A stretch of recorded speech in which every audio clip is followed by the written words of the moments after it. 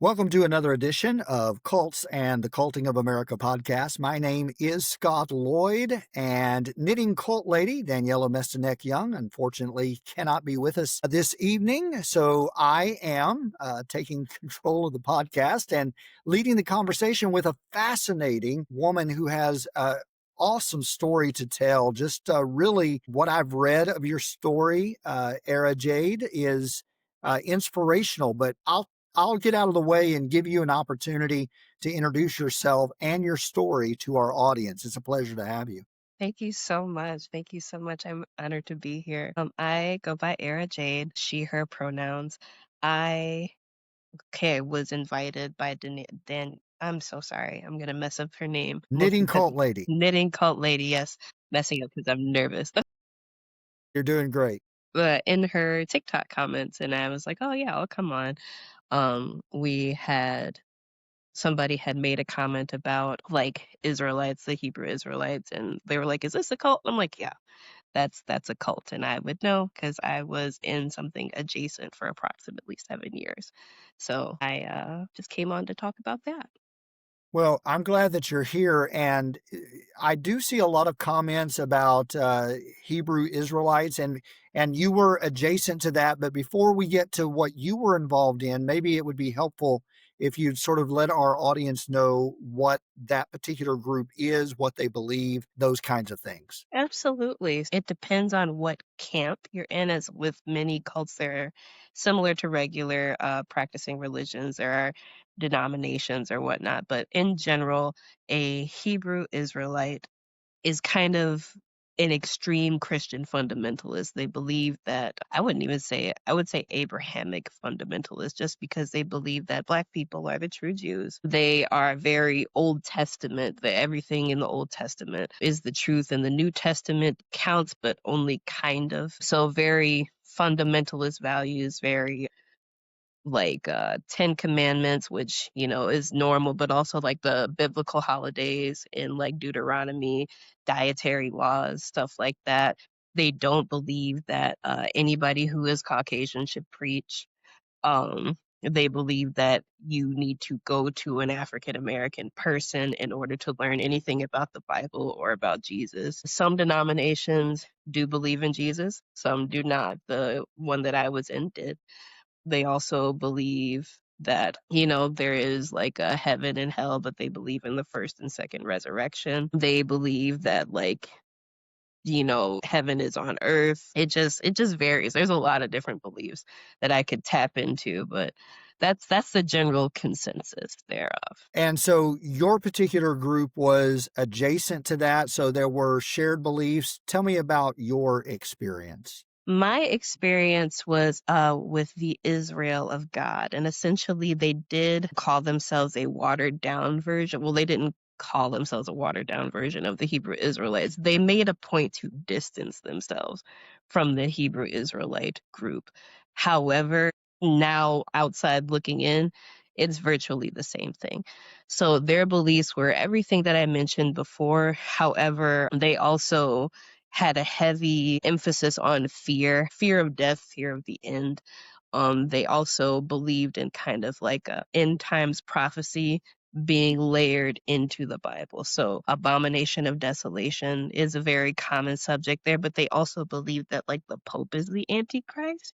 So it was kind of like there's a lot to unpack there. Yeah, and as you're saying this, I grew up in a very fundamentalist Pentecostal cult. So a lot of these particular themes sort of intersect when you get into these fundamentalist groups where Mhm. they insist, we're the true Christians, or we're the true church, and they make their appeals to different parts of the Bible. And you see Mhm. a lot of these groups doing that, and having a lot of arguments over splitting hairs over whether or not the Old Testament is applicable today in the New Testament.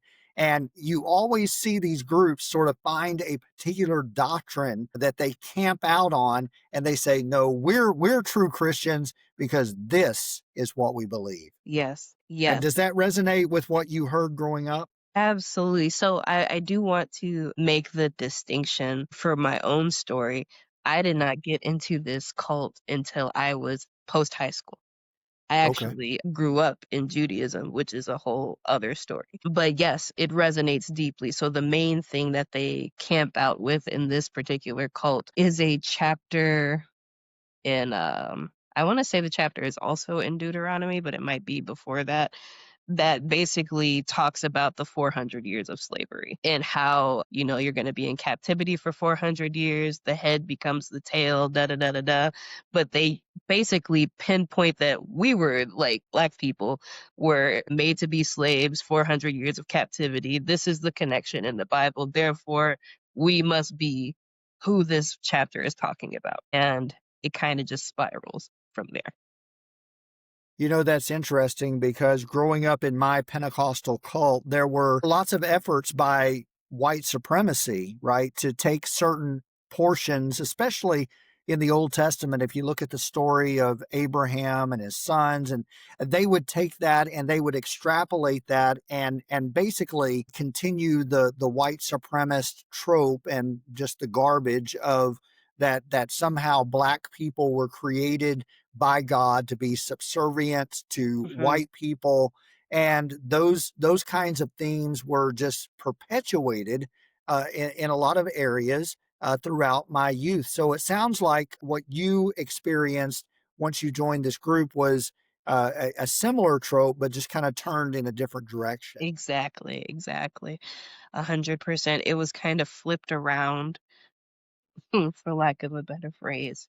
And then you got, and that because it was flipped around in that specific manner, um, I found that one of the reasons they focus so heavily on that concept of this is us, this is who we are, we have the power, da da da da da, is because it built a sense of community and it built a sense of purpose, which was very, very entrapping. So you joined this group as a younger person. Hmm. What kinds of things first attracted you to the group and So made you feel welcome? I at the time I had moved out of my parents' house and in with my grandmother. Me and my parents were not getting along at the time. Excuse me. And I moved in with my grandmother, and my grandmother seemed to be very devout. I've never been particularly attached to religion, not necessarily not having a belief system per se, but it's just never been that deep to me. But my grandmother was an older woman, and she was very much so like, 'cause she was very much so devout. So in living with her, she didn't necessarily mandate me to go to church, but it was one of those things where she's like, "Yeah, this is what we do." But what made me curious was, like, she said, the house gets shut down on the Sabbath day. So there's no kindling a flame, there's no doing any this, that, and the other. And having grown up Jewish, that sounded awfully familiar to me because Saturday is also the Sabbath in Judaism. So I was like, okay, well, those are house rules. I've already done this before when I lived with my parents, but I had just moved out. I was freshly 18. I didn't have a job. I didn't have a car or anything. And my grandmother told one evening, uh, she's like, you know what? If you want something, you need to pray for it. And I said, okay, I want a car and I want a job. And I remember towards the end of that week, so the beginning of the week that followed, I got an interview, Kohl's, that's always hiring. And then a car busted a tire in front of my grandparents' house. The tire exploded, and the guy was so frustrated with the car that when my grandfather went to go help him with it, he just asked my grandpa if he wanted the car. So my grandma she looks at me after this all happened. She says, "Well, you got your job and you got your car. How are you going to pay God back?" And I said, "Okay, that's kind of freaky, but I'll go see what this church is about. I'll go see what's going on because that was never something that happened to me." And I went, and it just kind of became a thing. Once you go and you listen to the lesson, it was like almost a 2.5 hour lesson, and they encourage you to have a notebook and your Bible. So you're not only going through scripture about a specific lesson, but you're taking notes. I had never experienced that before. I had never really touched the Bible prior to that. So to have somebody immediately kind of walk you through what they're telling you and you can visually see what it says was very, very encapsulating. It was the basis of which I began to understand things from a biblical perspective. Was this a large group? Were you among a few young people there, or were there other young people as well? It was a large no, I wouldn't say it was a large church. I would say 30 to 50 people. It was a house church. The house had been converted into a church essentially. There were about 3 or 4 major families in the church, and within those families there were a few teenagers, including my own family and my own siblings on my father's side actually. So when I say that I moved out of my parents' house, I mean my mom and my stepdad. When I say I moved into my grandmother's house, I'm saying my father's mother. And my father and his children, my siblings, were also in that church.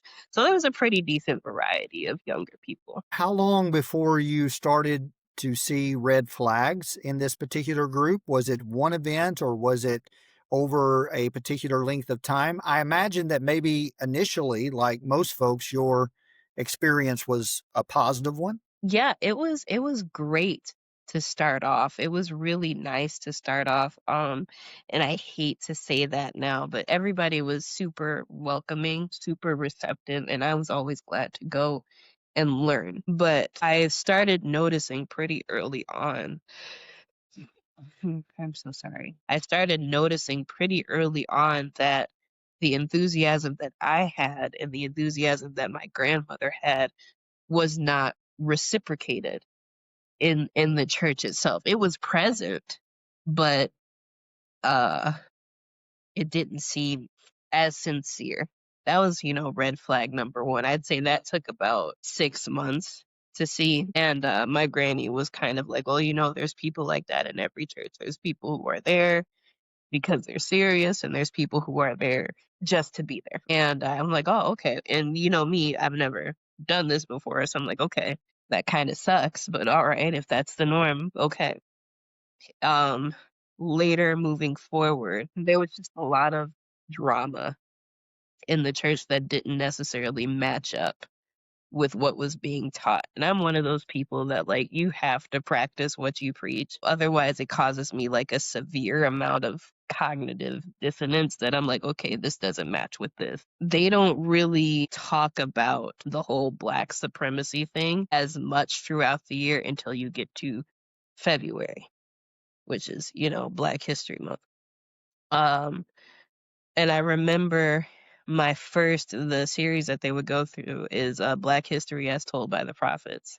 And I remember the pastor had set up all these images of like slave ships, of statues in Egypt, of just things that like there was a picture of one Egyptian statue where like the helmet or whatever they had on their head had cracked off and it showed what looked to be like cornrows underneath it. And I remember walking into church that day because I had no idea what it was gonna be. My grandma had told me she was super excited.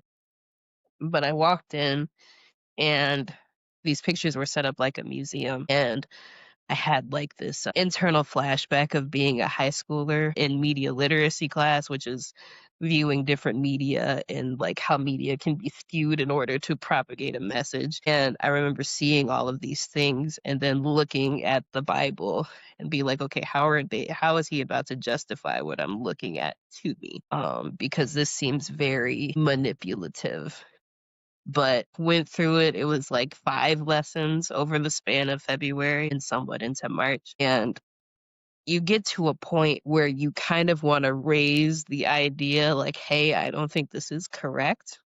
But at that point in time, it took about a year for me to be really swallowed into the doctrine and the community to a point where I was like, I don't know if this is right, but I'm going to go with it. Yeah, and I want to get to some of those finer points of the doctrine, but I think it's important now to sort of pause and to let folks know that, two things can be true at once. Mhm. Absolutely, Black culture, Black communities, Black folks should absolutely celebrate themselves, celebrate their culture, celebrate their history. But as Daniela often points out, what happens with a lot of these groups is that good information and good intentions over time often morph into what you recognize immediately as manipulation. And that's how a lot of these high control groups began to exert undue influence on other people. But an idea like Black excellence or celebrating Black history or celebrating Black culture or Black identity shouldn't be misconstrued and as something that is dangerous or wrong, but it's when people weaponize that to control others and to extort their free labor when it becomes problematic. 100%. 100%. And I think that was this specific church's, how do I put it? It's the point that they really latched onto. Um, I've always failed to find the specific word for it. It's like you take these positive things about Black culture, about Black identity, and the church was really good at perverting them in such a way where you still felt like you were on top of the world. And this unit that they did with the Black history as told by the prophets was, one, it completely disregarded the achievements and the things that happened within Black culture in the United States. And one of the main lies is like, yeah, you've heard all that, but what about the true history? And it's very like undercutting. So I 100% agree with you. People, you should be free to celebrate. We should be free to celebrate ourselves and our achievements and our culture as well. But the weaponization thereof of identity is one of the reasons I believe that the cult I was in was so successful. And so, as you continued to be involved with this particular group, what were some of the issues, some of the gatherings, or the instructions or doctrines that were preached that immediately in your mind were like, well, no, this isn't right?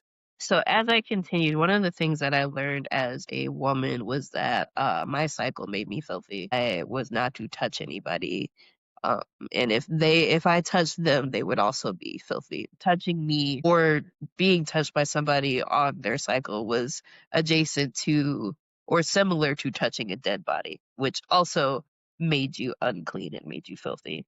So I missed funerals. So mind you, I'm with, my family or whatever, my dad's side of my family in this church, but I still have my mom's side and my stepdad's side outside of the church. I had relatives on my mom's side pass away. I didn't go to their funerals. And I had, let me think. Another thing about the Sabbath day, you're kind of supposed to isolate that day. That day is between you and the Lord. So I missed out on a lot with friends, but I missed my brother's bar mitzvah as well because it was a huge deal within the church. Oh, are you going to attend that? That's not of God. Da da da da da. That was a huge blow for me. That was like I love my brother, and I may not believe what he believes at this time, but that's still a huge thing for him. They're like, well, is it bigger than God? Like, I guess not. I don't want to get in trouble with God, so I guess not. I guess it's not. That was the same case with holidays as well. No secular holidays, no Christmas, no Easter, no any of that. Really, your birthday wasn't that big of a deal. Some people were more lenient with celebrating their birthdays, but the majority of holidays that had to be celebrated were those in the Old Testament. So like Feast of Unleavened Bread, which is like Passover, um, Feast of Tabernacles, which is like Sukkot in Judaism. Just those things. And those were big events. They felt very exclusive, they felt very family oriented, but they had to be because at some point you're going to realize as a person that's being isolated, you're gonna need that pick me up throughout the year to feel like you're part of something. There was a lot of talk about the lake of fire, which is hell. But one of the main things that was like and I remember it so vividly, the pastor over this church at the time, there was a child crying in the pews and the kid had cried a couple of times, and he was talking about the lake of fire and how, you're gonna burn forever, and there's gonna be worms that'll eat on you, and the worms will never die, da da da da da. And this baby was crying, and he basically interrupted his sermon and said, you need to shut that baby up because they go to the lake of fire too. Wow. Yeah, and I think at that point, that is when I became severely disillusioned. That's when it shifted from, this is a great thing to be devoted to and I serve a great God, to I don't know what I'm serving and now I'm scared. It was the difference between being devout and being fearful. Yeah, and you raise so many interesting points that Daniela often does when teaching us about how these cults and high control groups exert themselves and influence others. You mentioned being isolated, right? And robbing people of their identity to the point that even celebrating your birthday was discouraged. And then you have the fear tactic brought in of literal, eternal, burning damnation, and then imposing that upon children as well. And so that plants fear within people's hearts and minds that if they don't get in line with what the church or the doctrine or the group is teaching, then literally their eternal salvation is at stake. Absolutely. Absolutely. And fear is probably it was the stripping of one's identity and then the weaponization of fear. And those two things had a lot of people under wraps, and then you introduce the including myself. And then there was the pastor playing favorites, so you had this element of hierarchy. So this pastor who would say these awful things also had, we call them brothers, essentially. So they're the elders of the church, but there's also the brothers of the church who are serve as kind of like they all answer to the pastor, but they also are kind of monitoring everyone else. So you not only have the biblical element of fear, but you are also being surveilled. And there was a lot of drama around that where somebody would share a personal issue that they're facing, and somehow it would get to the pastor or it would get to somebody that they didn't want to hear it. Well, it all blows up. And then next thing you know, there's a lesson about the specific thing that you're going through, essentially saying like, oh, well, you're going to hell. And it just was Yeah. it's a toxic situation. It's a very toxic church. And what's interesting is that in secular world, in the real world, there are HIPAA laws, right? That you can't share particular information. Mhm. But a lot of times you don't see pastors or ministers practicing these same ethical choices when Mhm. dealing with their congregants. If anything, it's like information, private information, becomes the domain, and everybody in the group has a right to know. And then a lot of times the pastor will actually point people out that are having these particular issues. And that serves as a means of control as well. Because, right, if you don't want to be called out, then you better behave in the way that they expect you to behave. Exactly. And the same thing goes hand in hand with like, not even if you just don't want to be called out, but if you want to be somebody here, right? So you've stripped people of their identity and then you've given them a sense of community within the church. Well, if you're going to give them a sense of community within the church, surely they can have elevated positions within that community. So we have a pastor, we have the brothers, we have the elders, but you also have people who would, be considered the favorites or the people that the pastor trusted. So, in the similar sense of weaponizing the fear and making everything everybody's business, you had people who would intentionally share things with others or share things directly with the pastor because they didn't want somebody in a position. Or you would have the pastor threatening other people with personal information because he wanted to exert that control over those people. So, your identity gets taken, your community is in the church, and you get this elevated position. So say you're over like a feast committee or something. well, you can't be on the feast committee because you said this one thing during choir practice and the pastor didn't like that. And I told the pastor, and now you're not on the committee anymore. And you'd think that, that's such a basic thing, oh, well, I don't get to be over the feast committee anymore. But when somebody has no other identity outside of the church, it is devastating and demoralizing. And watching that happen repeatedly was also a huge red flag for me. And then to turn to my grandmother, who, God rest her soul, I love her so much, who also was occasionally a victim of these circumstances, but for her to turn to her and be like, oh yeah, that happens sometimes. It's okay, they don't know what they're doing. God says forgive everybody. And I'm like, I don't know. I don't know if this is right. Yeah, and and that's an important point as well, because a lot of times in these particular groups, in churches like this, in groups like this, the idea of forgiveness, which I think we can all agree is a wonderful virtue, but Hmm. often it is weaponized as well and manipulated to protect the oppressor instead of the victims. Someone will do something that's horribly egregious and a lot of times even violent or sexual in nature, Hmm. and then they will look to the victim of this particular crime and they will say, well, you know what, yeah, what they did was bad, but you have to forgive them. And what that does, these churches become havens for oppressors because they know that they can hurt anyone they want and then just say, well, I repented, God forgave me, and I hope that they will too. And that becomes an out and even further victimizes those that are being hurt by this process. 100%. 100%. And you saw a lot of that's a very good way to put it, is it's a haven for those kinds of people. The people that were there, who were causing drama or feeding into drama, or, really, really invested in the doctrine that was being taught, the Black supremacy, the white opposite of supremacy, word is escaping me at this time, degradation, traditional gender roles, the suppression of women, which I haven't even touched on yet. Besides, being filthy when you're on your cycle, women were secondary to men.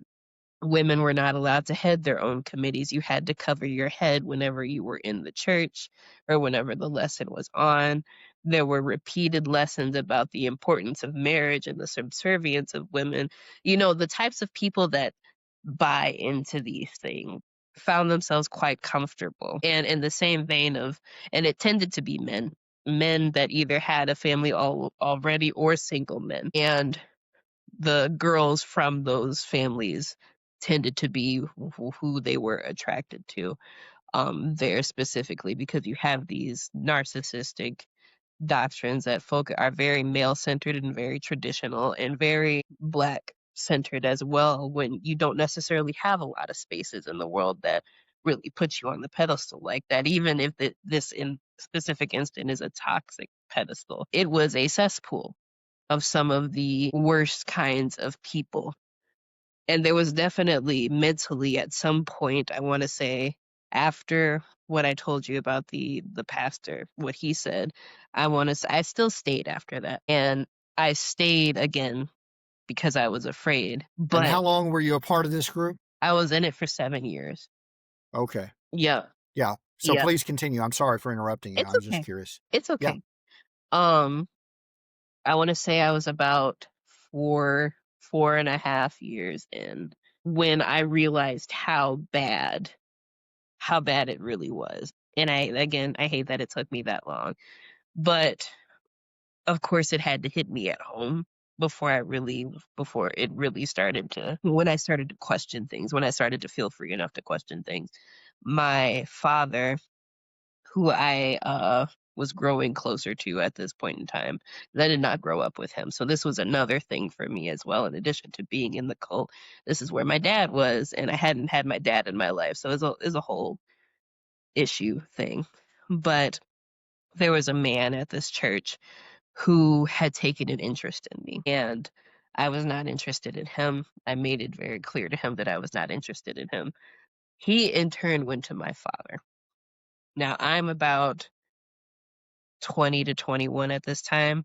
This man is at least 45. And my father happily introduced me to this gentleman.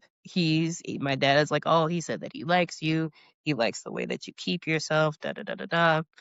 I think you guys should get to know each other. And I looked at my dad and I'm like, you're just gonna fork me over to this dude, like this old man that I'm uncomfortable with. And I had to coach my father into telling this man no, she's uninterested. And the thing that got me was like looking at him and he's like, he didn't understand why I wasn't interested, which was insane to me. He's like, oh, he seems like a good guy. He works well and he does all this stuff. I was like, I'm in a bad place.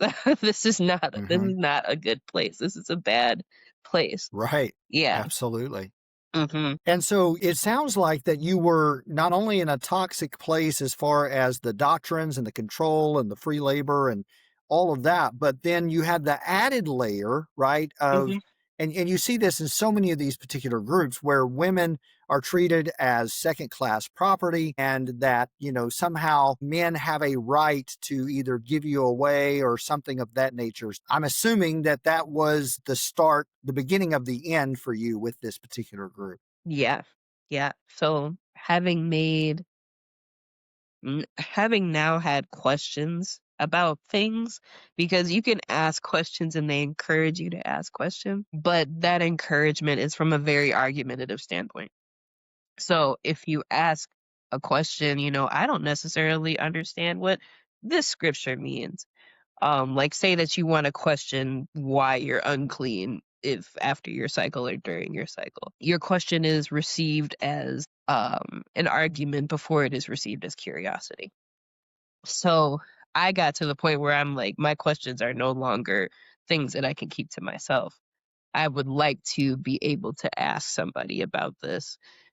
You should be able to ask your pastor. There were a couple of things that I did go to him with, specifically. Oh, another thing within the doctrine, you're not supposed to date outside your race. And the scripture that was referenced to that was like about the children of Cain or something and how you're not supposed to be with them or whatever. I don't specifically remember. It's been a very long time since I've dealt with any of this stuff, so I'm sorry if I sound garbled or not making any sense. It didn't make sense in real No. time. Yeah, Um, you're doing fine. And even if you could explain it, it still wouldn't make sense, right, right? right. But I went to him with this question, and he essentially was like, why are you even questioning that? Why is this a question? Do you have somebody that you're interested in? And it got flipped to like not even necessarily information. It was like you shouldn't be thinking that way.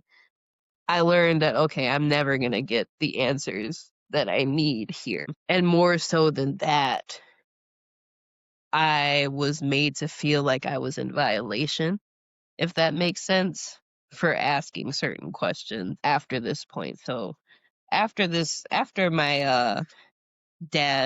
man approached my father about getting with me, it became very apparent to me that I was kind of being looked at as the eligible daughter per se. So I went to my dad. I'm like, what do I even do when it comes to this? I want to have a spouse. I think I want to have a spouse. I think that's what God wants me to do. Um, so I don't know. What do I do? How do I go about that? And that is the worst question that you could possibly ask, given the situation when you have questions and when you're feeling that not necessarily connection with your faith or anything, but like questioning your faith and at the same time wanting to adhere to it, I should say. It was a bad question to ask. It's so bad because you make it known that you want something and you'll end up with somebody that you don't want to end up with. So I would say what number are we on? I want to say like the fourth nail in the coffin for me was the situation in which I met my now ex-husband. Our engagement was very short, but it was more like it was 6 months long. My father introduced me to him, and he was not 45. He was about he was like 20 something. I was 23. He had to be like 29. So I I ended up marrying him. And it's a very, I call it a soft arranged marriage because he was a man that Mhm. my father chose for me. Um, but I did at the end of the day agree to marry him. And I remember shaking on my wedding day, literally trembling in my father's arms as he walked me down the aisle. And I couldn't tell him why I was shaking. Something was so severely off with the situation. Um, my ex-husband wasn't a truly awful man. Well, he is an awful man. I don't know how to describe that. I'm not even going to touch on that. My ex he wasn't abusive, but he was lost in the sauce when it comes to the male-centered nature of things. Our marriage and subsequent divorce and how that was received by the pastor of the church, it was kind of the nail in the coffin for me in regards to leaving. Yeah, and it's sad, and I'm sorry that you had to endure that. But it's so many of these groups they find out what your vulnerability is, and you address this, right? Mhm, Expressed a completely natural desire for companionship and for a mhm, spouse and for marriage and family, and that's a desire that many people possess. But these groups, what's so heinous about it is it exploits those vulnerabilities to make you feel like you did something wrong or you're at their mercy. In this case, this soft arrangement with your father that said this is the man that you're going to marry, mhm. and your body instinctively, your mind and your heart was telling you one thing, and then everyone else was putting this pressure on you to behave in another way, which led to further heartache that you experienced. Yes. Yeah, they were very good at playing on that specific vulnerability in young women. And I think that's kind of the MO. You need so in this specific church, they needed somebody to rule over. If you No if you problem. decide that you are the supreme race, and you choose to exclude all other races, specifically white races, but all other races, you will always need somebody that you need to feel above to make it real. And in that case, it was the women of the church. The young women specifically were sought after in the way that you would seek after pieces of meat at a market. You were to get married, you were to have children, you were to obey your husband. That was one of the ways that people got married, to love and to obey your spouse, your husband. And then they kind of downplayed the husband's role in the family. It was just really important for the wife to be attentive and to be there. And in living that life, the spousal life, doing wifely duties and trying to maintain a connection with God, I lost it entirely. I couldn't see a reason to believe what I was believing anymore. And I even now I feel almost like a sense of shame because it did had to hit me at home before I left. It had to come it had I had to, live it in full, if that makes sense, from the first day of, being excited to learn to the last day of being like this is not for me. It was bad. Well, and I want to reassure you that you have nothing to be ashamed about. I think all of us that are survivors of particular groups like this, a lot of times I look back at the group that I was involved with, the United Pentecostal Church, and I think, man, I gave the best years of my life to that particular group, and I have some regret about that. But what I've come to understand, and I'm confident that you understand this as well, is that everything that we experienced was because the problems that they had. It had nothing to do with us. We were just the next person in line whose labor and talent and ability and youth and vigor that they were going to exploit, Mhm. use up, and then throw away when we no longer served their particular purpose. So for you, how difficult was it when you came to these realizations to extract yourself from this particular group? It wasn't super difficult for me because multiple things happened at the same time. Um, so it's gonna sound really morbid. One of the main reasons that I ended up staying, my last single thread that I was hanging on to really was my family in town. So prior to me leaving, my dad had left. Loser, Hi, I don't know what you're happened. you're back. Okay. Everything Okay. okay? Yeah. I'm not sure why you're still in that panel down there, but why don't you pick up where you were talking about why your family left, your dad finally left? But yes, so before I left, my dad left with my siblings and his wife and whatnot because they were, family. People were starting rumors about the family. People had disagreements with my father, and my father was considered to be one of the elders of the church, so it was kind of very hurtful to him. And his wife had ultimately had enough with the rumors circulating and was like, "We're not going there anymore. You can go if you want to. I'm not doing this." So they don't make it hard for you to leave, but they will shut you if you leave. Like, oh, I'll pray for you. Hopefully you'll come back, but you're gonna lose your people. My father had left. And then my grandmother, who was kind of again my singular thread hanging on there, she passed away the night before my birthday of that year. And I think it was like 2023. And I remember being in hospice with her and talking to her. And I was like, it's okay if you gotta go. We've already talked about you going. I said, I don't want you to worry about everybody. I said, I don't know how I feel about this church. I'm gonna do my best to stick around.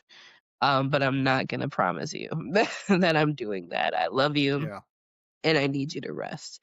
She passed away. I remember getting a very specific eerie feeling that I was going to be divorced by the end of that year. And it was very like on the nose, like, hey, this isn't gonna work. I didn't know why, but I got the vibe. I called my mom. This was around February of 2023, and I'm like, hey, I'm gonna be divorced by the end of the year because I still had somewhat of a relationship with my parents, but we weren't as close knit. And I said, I don't know why. I don't know what he's doing. It's not me, but we're gonna be divorced. And my mom's like, okay. Um, she's chill. My parents, I have to credit them throughout this entire stint of me being in a cult. They let me process what was happening. They didn't necessarily interfere at all. They did have their concerns and they would raise concerns, but they let me be an adult and they let me go through it, and then they were there to catch me when I got out of it. So I have to credit them for that. I know a lot of people don't have that, and I'm so grateful for that. But leading up to April, I essentially got a call from I got an email from one of my ex-husband's mistresses and a Instagram message from another one. So everything blew up. He had essentially been cheating on me the entire marriage, which is not uncommon, especially within the church. We were on our second pastor by this point in time because the previous pastor had been sat down for cheating on his wife with a member of the congregation. So this was the men in the church had already had this mental thing that like, oh, this is a fine way to behave. When I found this out, among a couple of other things about my ex-husband, I had gotten a restraining order. And I called the pastor because my ex was he was kind of somebody who would help support the church during the lessons. And I called the pastor. I said, hey, just so you know, we cannot be there at the same time. And I don't know how you want to do this. I don't know if you need any sort of explanation. This is how thoroughly enmeshed this church was in my life that I felt that I needed to inform the pastor of what was going on. I said, I don't know how you want to coordinate this or what, but just so you know, this is going to impact some of the things you need support with. And the pastor, he said, you're really messing things up for us. Wow. And I remember kind of freezing in my tracks. I'm like, what did you say to me? And he said, I just wish you would have talked to me first. We could have worked this out. You didn't have to go that far. And I'm like, did you not hear what I just told you? Like, this man he's committed adultery, which I'm pretty sure you said is a big deal, but he has done other things to the point in which I was granted a restraining order against him. He's like, well, yeah, I'll talk to him. I'll see what he has to say. And he's like, but you shouldn't have had to do that, that you shouldn't have done that without consulting me. I'm your pastor. When you have a health problem, you go to the doctor. When you have a money problem, you go to a financial advisor. When you have this kind of problem, you come to your pastor, and you didn't do that, and it's messing things up for us. Yeah, and hung up, and I never looked back. Good for you. And Yeah. that's something you hear this a lot of times in these particular groups. Pastors will speak in areas that they're not qualified to speak. And him telling you that you should come to him. Well, first of all, what are his credentials, right? What are his Mhm. qualifications to deal with relationship issues beyond the scripture? And I'm sorry that you had to endure that, but I'm thankful that you're now on the other side of that. And as we got a few minutes left, I would be interested in hearing what advice you would give to people who perhaps were in a situation like yours. What information would you want them to know? Or if you could speak to your younger self, what would you tell her about being in a particular situation like? I would tell her to not ignore that gut feeling. No matter what she would have gone back to, it was not nearly as bad as it was going to get. Learned a lot. I would say that for anybody who is in a similar situation, that finds themselves sitting or standing in pews and hearing things that sound unfamiliar and questionable. If you're there and you want to feel like you have a purpose, but you don't necessarily agree with everything that's going on, chances are being there is not what your purpose is. Ask your questions and don't feed the loop when you ask your questions. So if you have a question about something that you heard, consult an outside resource and consult as many as you need to in those moments, because somebody who is feeding you lies is only going to tell you a piece of the truth to make sure that that truth validates the lie. I'm one of those people that, like, I don't like following any sort of doctrine if I can't identify with it or understand it. What I would caution people to do is hesitate to take explanations at face values when it comes to that. You should always be able to question whatever God that you're serving, whatever doctrine you're following. You should always be able to ask a question and get an answer, and that answer should not be a dead end. You should come out with something that you can reference mentally. And if you can't, chances are it's not true. Be kind to yourself. We're all human. And unfortunately, as humans, we tend to be very suggestible, more so than we care to admit. Part of it is growing up, part of it is just the way that we're wired. But if you're going to get out, and to be clear, it is very natural for you to want to get out. It is very natural for you to have questions. It is very natural for you to feel like where you are, if you're in a cult, it's very natural for you to ask yourself, hey, is this a cult? Be kind to yourself in those moments. Don't be so angry at yourself that you end up in another pit, the cult of hating yourself. Actually, I will call it like that. You can't jump from one to the other. You have to be kind to yourself, and part of being to yourself is being willing to leave, and it's okay to leave. The other end of that I would explain, which is kind of the part that we don't get to talk about too much, is that feeling of missing what you are a part of is very normal. It was a piece of you. There were people that you loved. There were people that you maybe you couldn't stand, but at the end of the day, that was your community. And it is okay to mourn your community.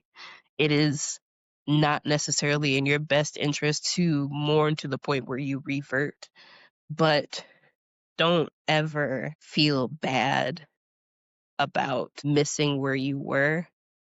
Just make sure that it doesn't get in the way of you enjoying where you are. That's very well said. Ara Jade, thank you so much for sharing your story with us, with our audience. If folks had questions or they wanted to contact you, is there a way that people could do that? Yeah, absolutely. So I am most active on TikTok. My handle is Madam Era Jade, and you can shoot me a DM. I'm happy to answer. Well, thank you so much for sharing your story, and we'll make sure to get all of that information into the show notes.